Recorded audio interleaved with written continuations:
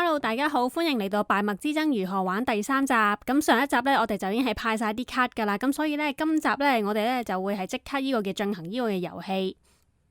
咁我哋呢個嘅遊戲呢，一開頭就係由拯救者開始嘅，即係 A 軍開始。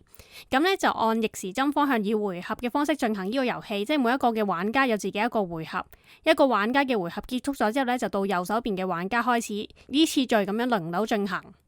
咁每個嘅玩家呢嘅回合就分為6個階段，就係開始階段啦、判定階段啦、摸牌階段啦、出牌階段啦、棄牌階段啦，同埋最尾嘅結束階段。咁我哋呢而家呢就由 A 軍開始喺度解說下呢幾個階段係做啲乜嘢先噶啦。咁首先就開始階段，喺開始階段呢，有啲角色嘅技能呢係可以喺個階段發動嘅，例如阿伯蘭、所羅門、哈大沙同埋約瑟。佢哋都有一啲技能係可以喺開始嘅階段發動嘅。咁 A 軍嘅角色呢，就係大衛，而佢嘅角色技能呢，就唔可以喺呢個階段咁發動，咁所以呢個階段呢，佢係可以無視又或者係略過嘅。而第二個嘅階段呢，就係判定階段。咁如果咧喺角色面前呢，就有審判災難牌嘅話呢，咁佢就需要翻開牌堆上面最上面嘅嗰張牌呢，就睇下個判定結果。如果角色前面冇審判災難牌嘅話呢，咁呢，佢就可以無視呢個階段。咁 A 軍前邊而家係冇審判災難牌喎，咁所以呢，佢就可以無視呢個階段啦。而第三個階段呢，就係摸牌階段，摸牌階段就係喺牌堆頂咁嗰度摸2張牌去做手牌。咁而第4個階段呢，就係出牌階段。喺出牌階段呢，玩家係可以任意出牌嘅，但係就受2個規則限制：一就係每個回合出牌階段淨係可以用1張嘅滅絕；二就係唔可以將同一個名嘅審判災難放置喺同一個嘅角色面前。咁 A 軍呢而家呢就出牌用1張嘅滅絕攻擊距離為1嘅 B 軍。咁 B 軍亦都未可以打出呢個嘅隱藏去避開個攻擊，咁所以佢又扣咗1點體力啦。咁 A 軍呢之後呢就決定唔再出牌啦，咁就結束咗呢個嘅出牌階段。而第2個階段呢，就係棄牌階段。咁如果呢喺出牌階段唔想出牌，又或者係冇得再出牌嘅時候呢，就即刻進入棄牌階段噶啦。咁喺呢個時候呢，嗰個玩家嘅手牌數目呢，就需要同玩家當前嘅體力呢相等或以下，超出嘅手牌呢，就都需要棄置嘅。咁 A 軍當前呢，佢嘅體力係4，手牌係5，咁所以需要棄掉1張嘅手牌嘅。最後呢，就係呢個嘅結束階段，咁有一啲嘅角色技能係可以喺度發動嘅。咁如果你唔發動技能嘅話呢，咁一般嚟講就可以無視咁呢個階段嘅。咁 A 軍呢，佢又冇技能可以喺度發動，咁所以亦都無視咗呢個階段啦。好啦，咁 A 軍完咗佢嘅回合之後呢，跟住呢就到逆時針方向嘅 B 軍開始佢嘅回合啦。開始階段 B 軍喺開始階段發動技能異夢。咁佢就可以睇牌面嘅3張牌之後，任意調轉次序放翻去牌堆頂或者牌堆底。跟住呢，就係判定階段 ，B 軍前面呢就冇審判災難牌，咁所以就可以略過。跟住呢，就摸牌階段 ，B 軍呢就喺呢個嘅牌堆頂嗰度摸2張牌。跟住就出牌階段，咁 B 軍呢就用滅絕去攻擊隔籬個 C 軍。咁 C 軍呢，因為佢冇打出隱藏牌，所以就扣1點體力。然後 B 軍呢又再放一張裝備牌喺佢自己場上邊咯。之後呢，又再放一張嘅判定牌喺 C 軍前邊，跟住呢，就結束呢個嘅出牌階段，跟住就棄牌階段啦。B 軍而家佢嘅手牌數目就係等於佢當前嘅體力，咁所以佢唔使棄牌。跟住呢，就結束階段，佢冇能力喺度發動啦，咁所以呢，佢又可以略過啦。跟住呢，就到阿 C 軍啦。開始階段冇呢個嘅能力發動，所以略過。判定階段，因為前邊呢就有張審判災難牌，咁所以呢，佢而家要進行呢個嘅判定啦。根據呢張審判災難牌上面嘅描述啊，咁如果呢，佢嘅實判定結果唔係呢個嘅黑色梅花嘅話呢，咁阿 C 軍呢就要跳過摸牌階段同埋呢個嘅棄牌階段。咁好啦，咁而家就進行判定啦。翻開牌堆上面最上面嘅一張牌，咁跟住判定嘅結果呢係一個嘅紅色階磚，咁呢就唔係呢個嘅黑色梅花。咁所以佢因間呢就要跳過呢個嘅摸牌階段同埋呢個嘅棄牌階段。摸牌階段根據判定結果跳過。出牌階段 ，C 軍發動技能，將一張區域內嘅裝備牌放置喺另一個嘅玩家嘅場上邊，然後摸2張牌。咁 C 軍就將一張嘅區域內嘅裝備牌就安置喺 E 軍嘅場上邊，跟住就從呢個嘅牌堆嗰度摸2張牌。C 軍使用犯境，其他角色都要打出一張滅絕或者隱藏，否則就受到1點傷害。A、E、F 軍佢哋都可以打出呢個嘅隱藏或者係滅絕牌，但 B、D 軍就打唔出，咁所以佢哋要扣1點體力。A 軍嘅大衛因為喺回合外失去咗手牌，咁所以咧佢而家咧就係自動發動咗就敵技能，跟住佢就要使到發動者抌咗一張手牌。咁如果佢冇手牌可以抌咧，就受到1點傷害。咁 C 軍咧就抌咗一張手牌。咁之後咧 C 軍就進入棄牌階段。咁根據頭先嘅判定結果咧，咁棄牌階段咧佢係要跳過嘅，跟住咧就到結束階段。結束階段冇技能發動，咁所以咧就到 D 軍開始佢嘅回合啦。開始階段冇技能發動，略過。判定階段前面冇審判災難牌，略過。摸牌階段從牌堆嗰度摸2張牌。出牌階段 D 軍首先裝備一張武器裝備牌喺場上，咁跟住佢而家嘅攻擊範圍咧就係4，跟住佢咧就打出一張滅絕牌去攻擊同佢距離為3嘅 B 軍，因為 B 軍冇辦法打出隱藏，咁所以就扣1點體力。之後 D 軍打出呢個嘅犯境，所有角色都要打出一張滅絕或者隱藏，否則咧就扣1點體力。因為得 C 軍咧係可以打出滅絕牌，咁所以咧其他嘅角色都要扣1點體力。咁 B 軍咧而家咧佢已經係冇晒體力噶啦，咁佢就進入瀕死狀態。幸運嘅係 B 軍佢可以打出一張葡萄，去令到自己增加翻至1點體力，咁所以佢又唔需要輸住。另外 E 軍佢嘅角色以西結呢，就因為佢受到傷害，咁所以就發動呢個嘅技能4受。每次受到傷害嘅時候呢，咁以西結嘅傷害來源呢，就需要棄掉一張黑色手牌，就否則呢，就要受咗1點傷害。咁 D 軍佢就選擇受到1點嘅傷害，跟住咧就進入棄牌階段。因為 D 軍手上面嘅手牌數量就多過佢而家當前嘅體力，咁所以佢呢，就要抌咗2張牌。結束階段冇技能發動，略過。跟住咧就到 E 軍嘅回合開始。開始階段略過，判定階段略過，摸牌階段從牌堆中摸2張牌。出牌階段 E 軍呢，首先放置2張裝備牌喺自己場上，之後就放置咗一張審判災難牌嘅天火喺自己面前，跟住就結束出牌階段。之後進入棄牌階段，因為 E 軍手上面嘅手牌數目少過佢嘅當前體力，咁所以唔需要棄牌。結束階段冇技能發動，略過。之後就到 F 軍嘅回合開始。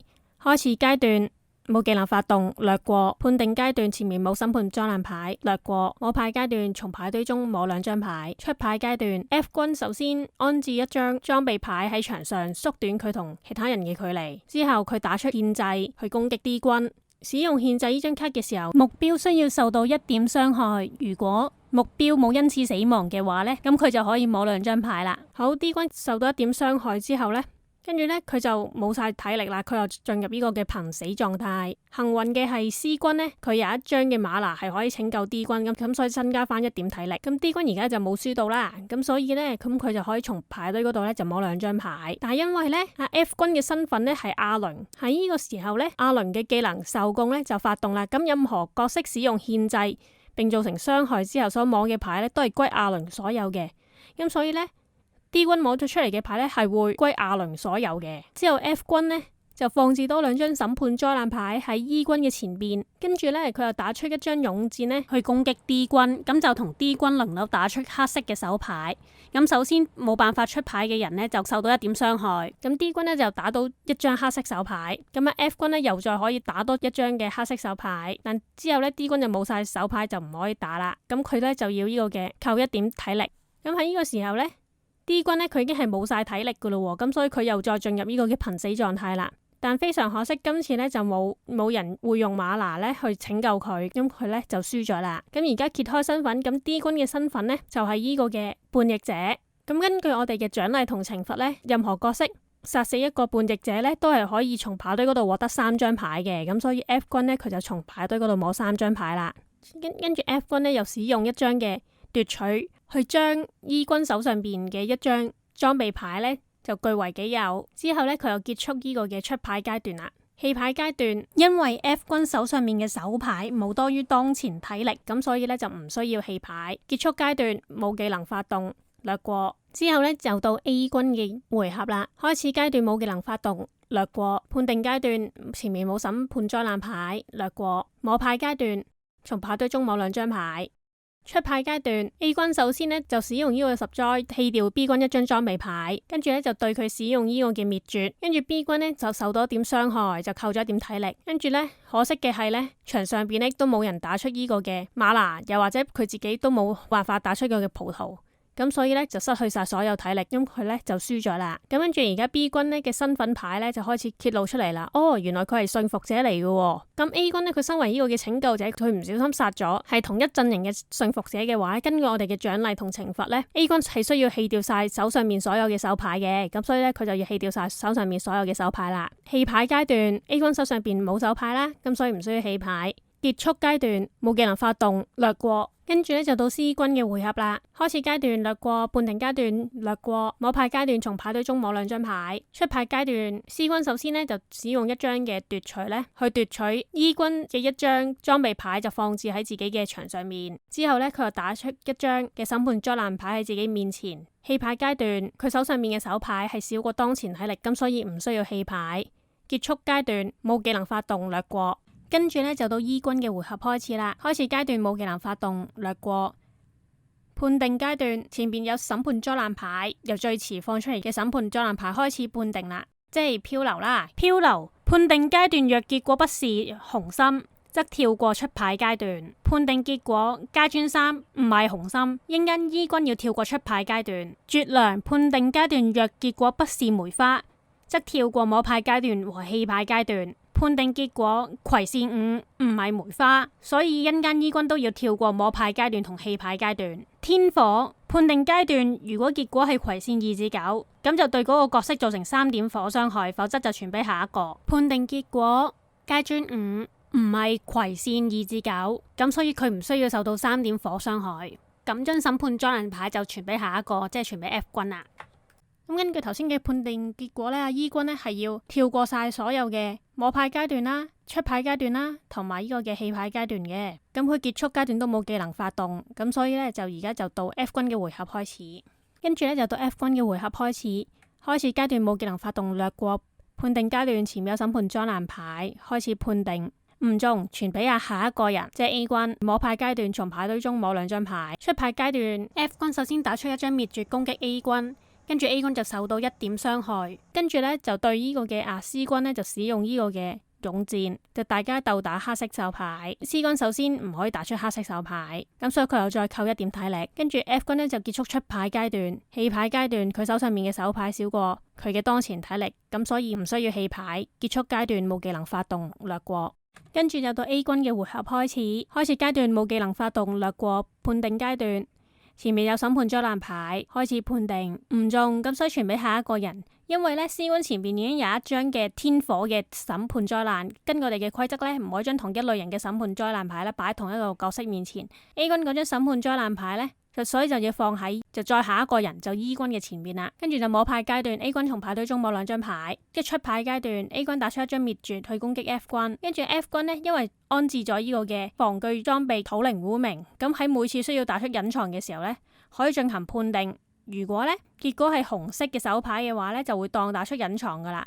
咁 F 軍而家呢就可以去判定啦，跟住呢就喺牌堆嗰度翻開最上面嘅牌，就發覺呢原來係一個紅色嘅手牌嚟噶咯。咁所以佢就當打出咗隱藏，就避過咗今次嘅攻擊啦。棄牌階段 A 軍嘅手牌少過當前體力，咁所以唔需要棄牌。結束階段冇技能發動，略過。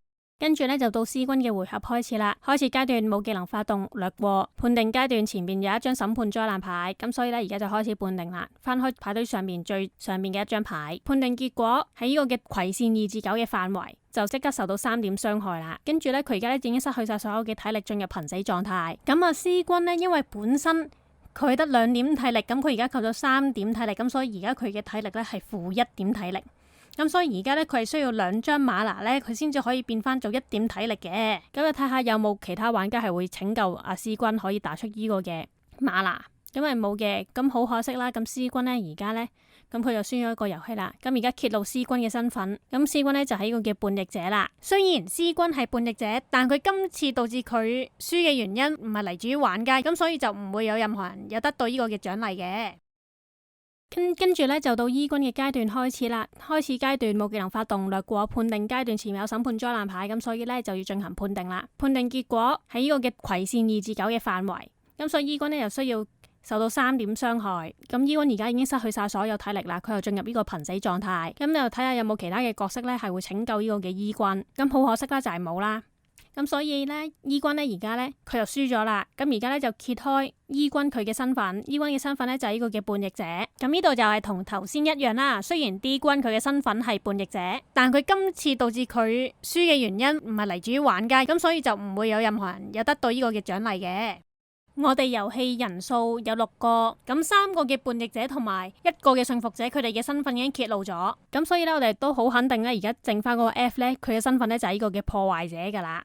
跟住咧就到 F 君嘅回合開始啊，就開始階段冇技能發動略過，判定階段前面冇審判災難牌略過，摸牌階段從牌堆中摸2張牌，出牌階段 F 君首先咧又打出一張葡萄同埋一張嘅滅絕，跟住咧就攻擊 A 君，滅絕係喺葡萄之後出咧，跟住咧嗰個嘅攻擊咧就會係可以構成2點嘅傷害嘅。不過 A 君咧佢就可以打出到一張嘅隱藏去避開今次嘅攻擊。咁因為咧 A 君咧嘅角色大衛咧喺回合外失去手牌，咁所以咧佢嘅技能奏敵咧又再發動啦。跟住 F 君咧就需要抌咗一張手牌，如果佢冇手牌嘅話咧就要受到1點傷害。咁 F 君咧就抌咗一張嘅手牌啦。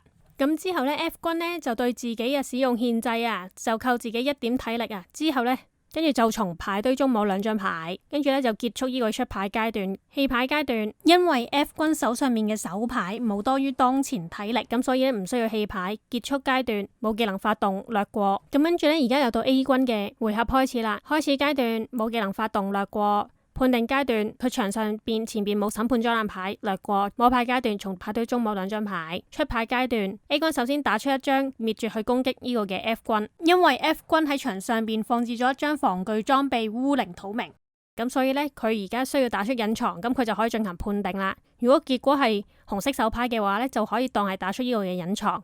咁佢而家判定啦，判定結果係呢個嘅黑色手牌，咁所以呢，佢就唔可以當佢係打出隱藏，咁佢自己都冇再打出隱藏，咁所以呢，佢就而家就扣1點體力啦。跟住 A 君呢，又再對 F 君呢，就使用一張嘅獻祭去再扣多佢1點體力，冇晒所有體力啦，咁佢又進入呢個嘅瀕死狀態。好可惜嘅係呢 F 君呢，佢就冇辦法打出呢個嘅葡萄，咁所以呢，佢就失去晒所有體力，咁佢而家呢，就輸咗啦。